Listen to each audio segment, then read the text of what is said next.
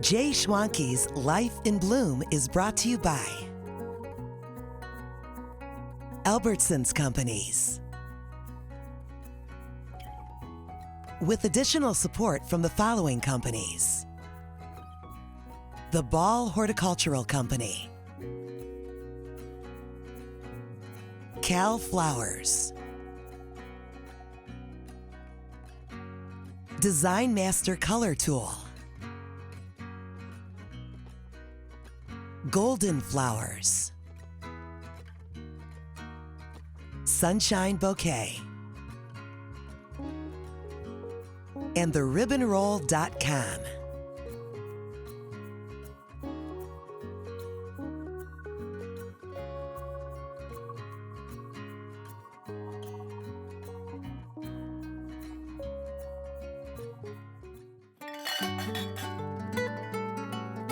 Today on Life in Bloom, we'll explore the Protea, one of the oldest flowers in the world. I'll visit a Protea farm, my friend Jennifer stops by with a Protea-themed craft, and I'll show you how to arrange and entertain with these exotic flowers.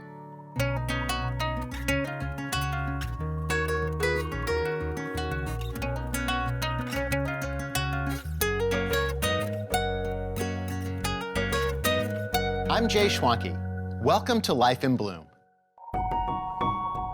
One of the most attractive things about the flowers is their beautiful reserve. Are you familiar with one of the most exotic flowers? The stunning Protea has been around since prehistoric times, dating back nearly 300 million years.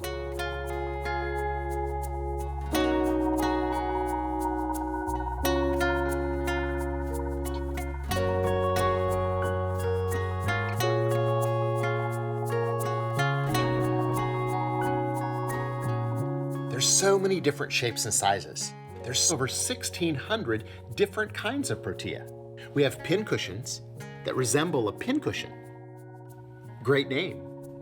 There's Banksias with scalloped, serrated edges on the leaves. Different types of Protea: kings, queen Proteas, mink because of their layered, feathered edge that looks almost like mink fur. All of these different flowers are Protea, named after Poseidon's son, Proteus, who was known to change forms and shapes so that people were unable to detect him. Protea are native to the Southern Hemisphere, specifically South Africa and Australia. These beautiful flowers were grown on a flower farm in California. When you think about flower farms, you probably think of rows of flowers or greenhouses with flowers inside. That's not the case when it comes to Protea. These grow in just as exotic of a location as the flowers themselves. Join me as I visit Resendez Brothers and their Protea farm in the mountains of Fallbrook, California.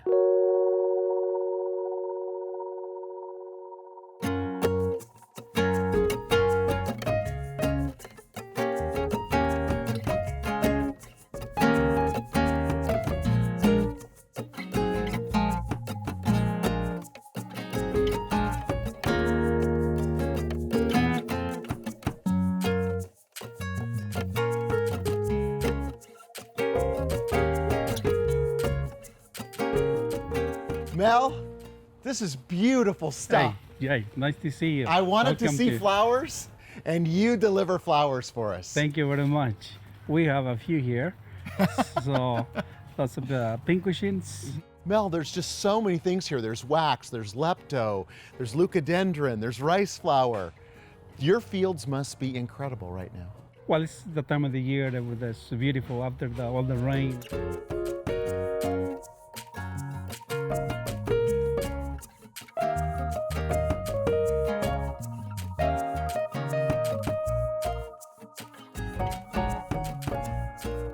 It's such a great value for people too, because these last and last and last. I've had them at home 3 weeks. I think so, yes, they last. That's a problem.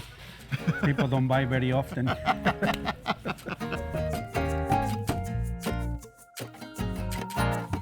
Mel, I love seeing them in action and seeing them made, because it's just so great when we get the visual of how the beautiful bouquets you create come together. but now I want to see where they grow. Can you Okay. take us out to the field? Absolutely. All right, let's go.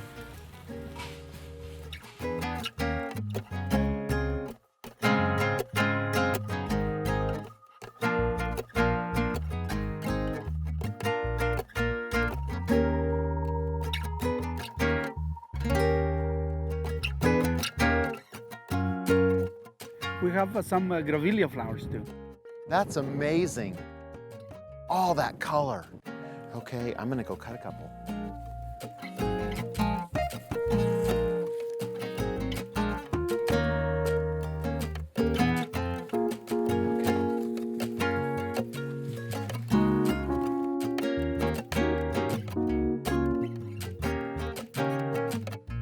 It's not often that I get to walk around and take stuff off the plant or have Mel help me.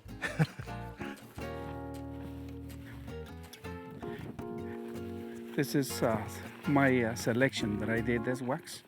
This one is? This is one of the wax that I was talking earlier. Okay. That we selected. Those are germinate in the field. So this is that time of the year where you see different varieties or like a late blooming. This kind of still buds to open. This new one. This is like a medium. This is. Okay. Older. So as it stays in the field longer, then it gets darker and gets a more vibrant color. Yes.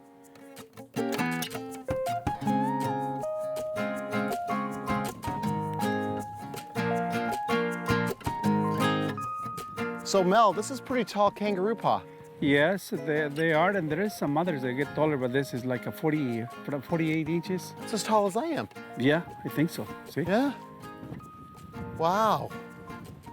And the one that is ready is like this one. We have to cut it when it has at least two open.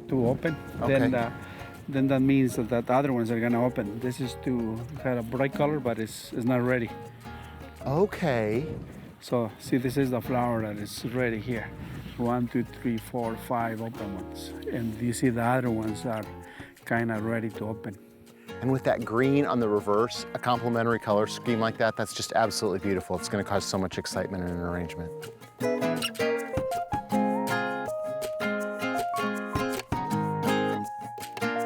You know, at home, we get to go out in our garden and pick a few flowers and make an arrangement, but this is like being in the best garden in the whole world. Thank you.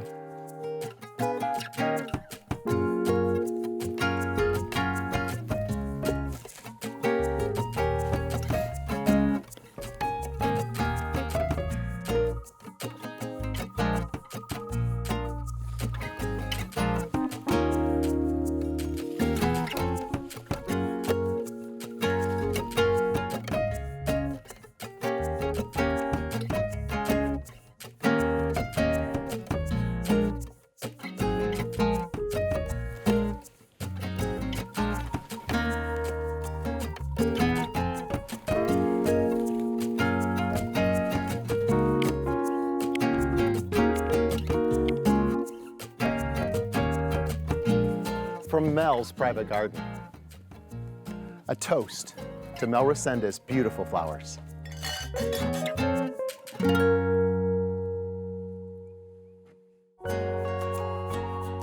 Today, my friend Jennifer Ackerman Haywood, the craft expert from craftsanity.com, is here to show us about block printing, and she was inspired by Protea. Jennifer, we met years ago on local TV, and you were the craft expert, I was the flower expert. I like that you've melded this craft in with flowers with Protea. Well, you're an inspiring man. Oh, well, thank you. Yeah, what I was able to do, you told me you were gonna be working with Protea. Right. So I thought, well, that's really fun. So I thought, well, I would make you a t-shirt. Stop, this is for me? Yes, this is for you. Oh, I love it. And so we have a block here. So I carved a block and printed you a t-shirt. And then I kind of got carried away. What I like to do is print on fabric and then make patches to sew onto other things.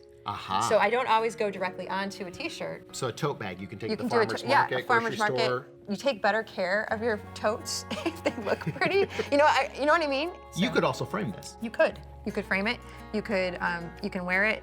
You can have it as an embellishment. There's many things you can do, and we're gonna make some block prints today. You're gonna show us how to do this? Yes. All right, let's do it.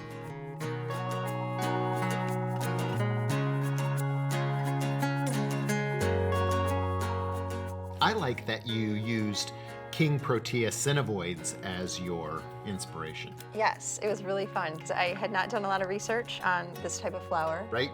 And found out a lot of cool things about it and decided to make up a little sketch here. When you're gonna do a print, you start out with a sketch. You can work from photographs or you can sketch something yourself. And I just use a regular number 2 pencil, or this is a lead pencil, mechanical pencil, and you just sketch it out. And then you flip it over onto a piece of linoleum, and you can buy this at the craft store. So this is a special linoleum for this? Yeah, for printmaking. It's not from the hardware store. It's not from your floor. Don't rip up a section of your floor and start to make a print, unless you're really, I guess, adventurous. And then I just use a kitchen spoon, and you just burnish it in, so you'll see it starts to appear. So this is a great technique when you're transferring text as well. So it flips the image, so when you print it, you end up with exactly what you were starting with.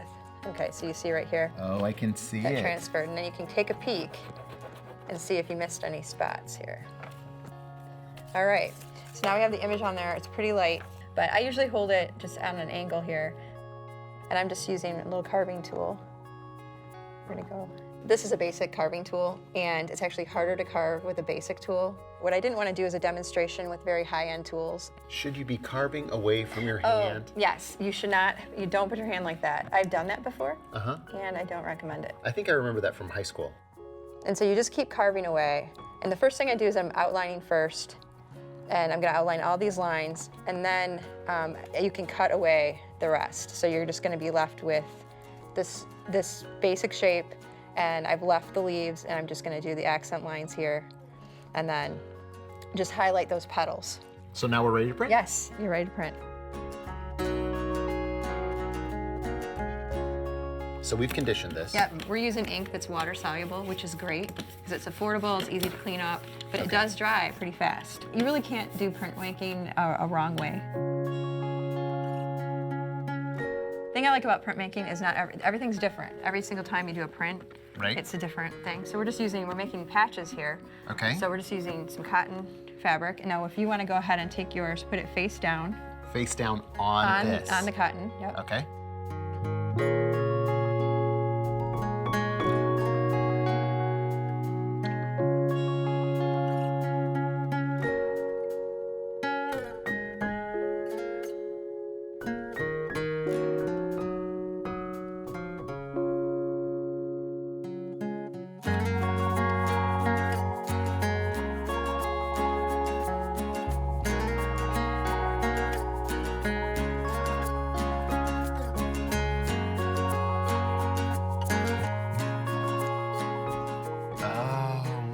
It's beautiful.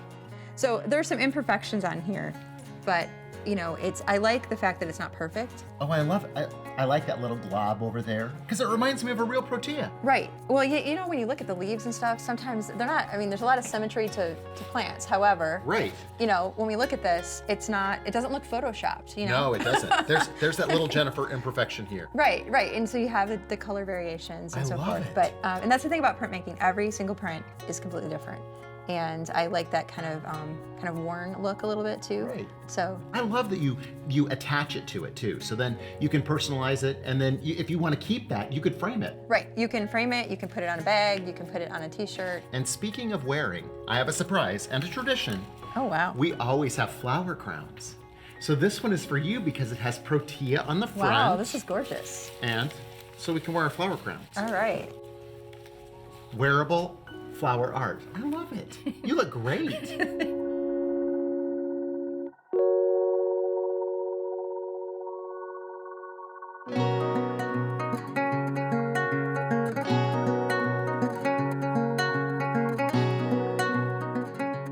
This is a fun Protea centerpiece that's really easy to make.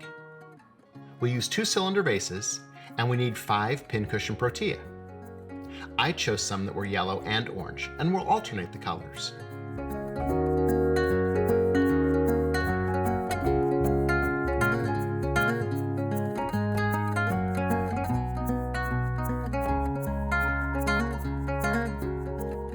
We're going to cut off the heads and drop them down into the vase. And then we'll cover it with water.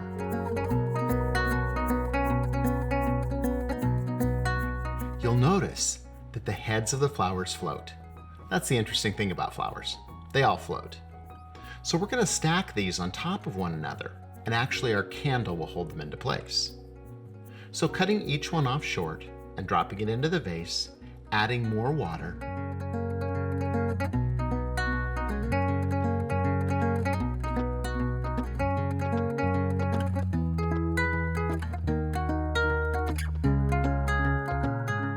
I'm using clear cold water. I haven't added any flower nutrients.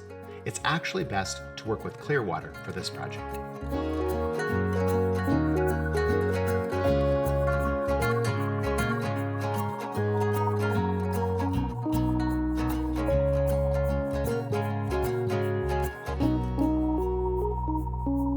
We'll add water as we go.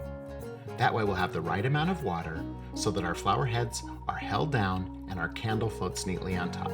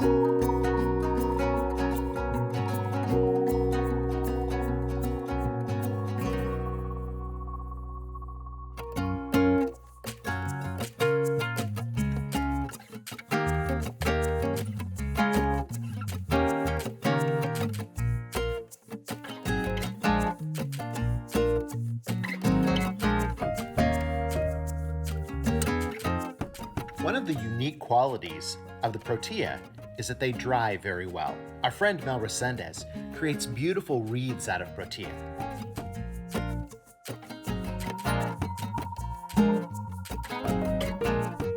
And they're ever changing. As they start to dry, all of the different shades of greens and pinks turn to beautiful shades of tans and beiges. And you have an everlasting wreath with the dried Protea.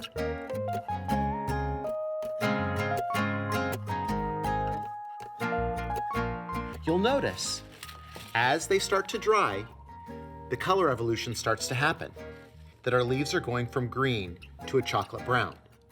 The bloom itself will also change colors. You can see a great example here. This Protea is the same Protea starting to dry. We see more of the feather-like qualities at the top, and the inside starts to recede. It's a dried flower that will last for years. King Protea are another variety that dry very well.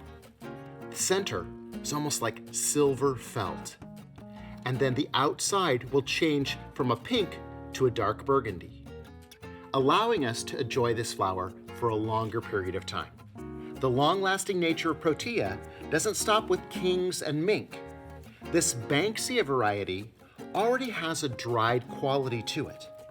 The blossoms themselves are soft, almost wool-like, and the interesting serrated petals dry to a nice sage color.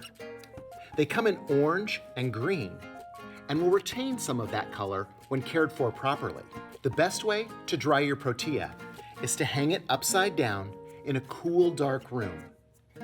The less light gets to the flower, the more color retention that you'll have. And over a period of 2 to 3 weeks, they'll dry. Hanging them upside down ensures that when you invert them, they'll still remain in the same shape. Banksia Protea are also known as bottle brush because they resemble a brush that you would use to clean a bottle. I love the fact that the leaves appear as if they've been cut with a pinking shears. These leaves will also dry as beautifully as the flowers. Dried Protea, yet another way for you to experience this flower for a longer period of time.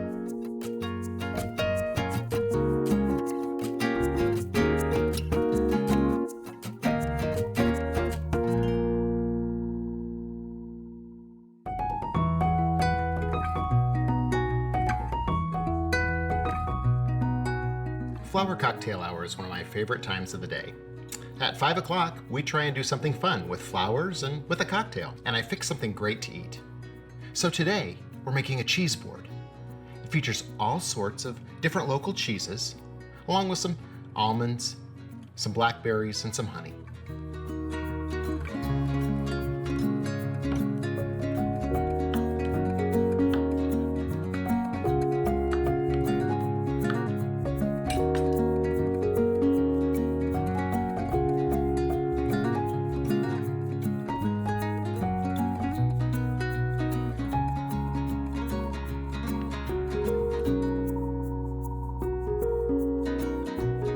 The problem with a wine bottle is it'll only hold one stem of flowers.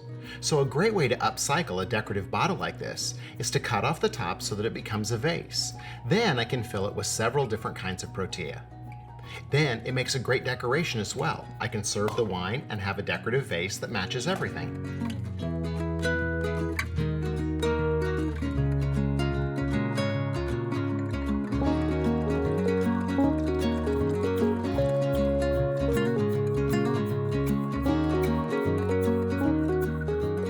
Flower cocktail hour. Wine, cheese, and of course, Protea. That's life in bloom.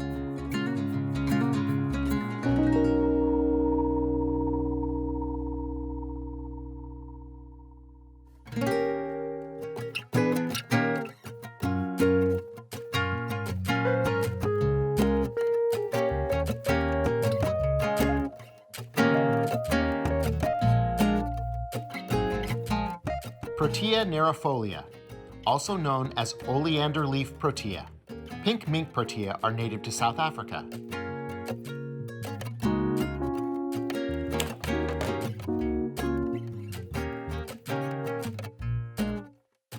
The pink mink plant grows 6 to 15 feet tall. The petals of the pink mink look like feathers.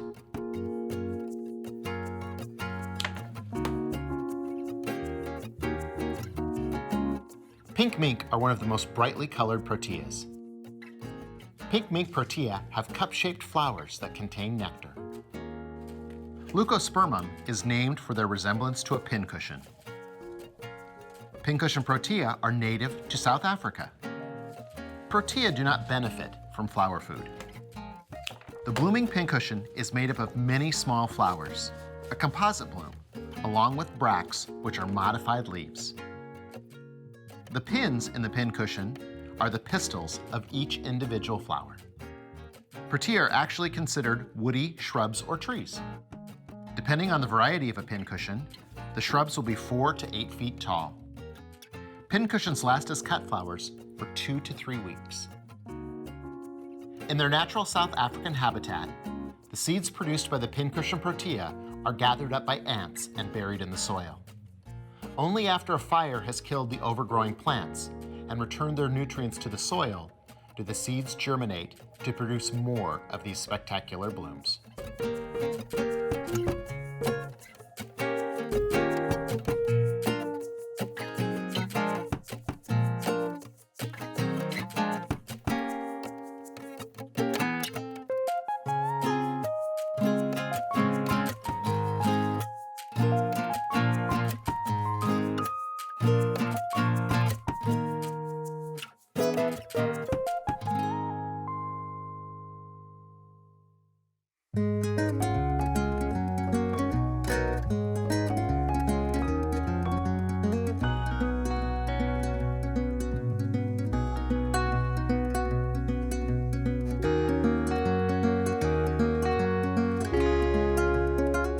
I hope you've become as captivated by Protea as I am. This wild and exotic flower is stunning, versatile, and long-lasting. And there are endless ways to use it. For Life in Bloom, I'm J Schwanke. See you next time. I feel like I'm driving a ship. Okay, now when you Okay. keep going. Now I'll take the touch. That's That's where you why I said said you know. don't But that's bring okay. it back all the That's way okay. through. Let me stand over here. Okay. It's all right. This is where Jay screwed it up. No, it's okay. It's all right. We'll make it work.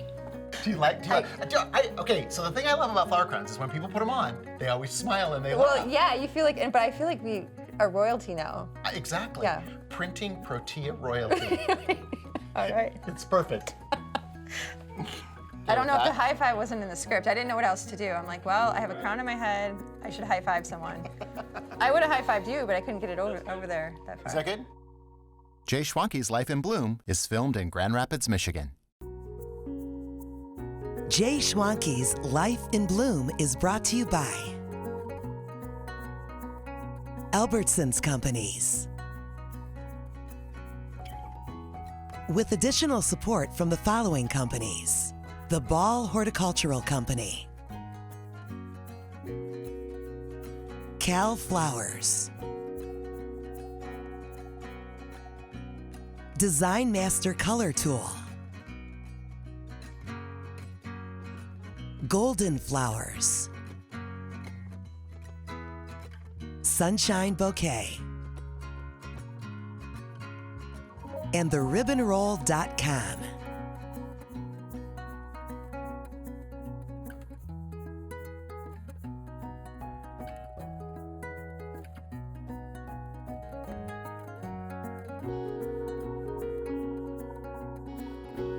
Closed caption funding provided by Kreisel.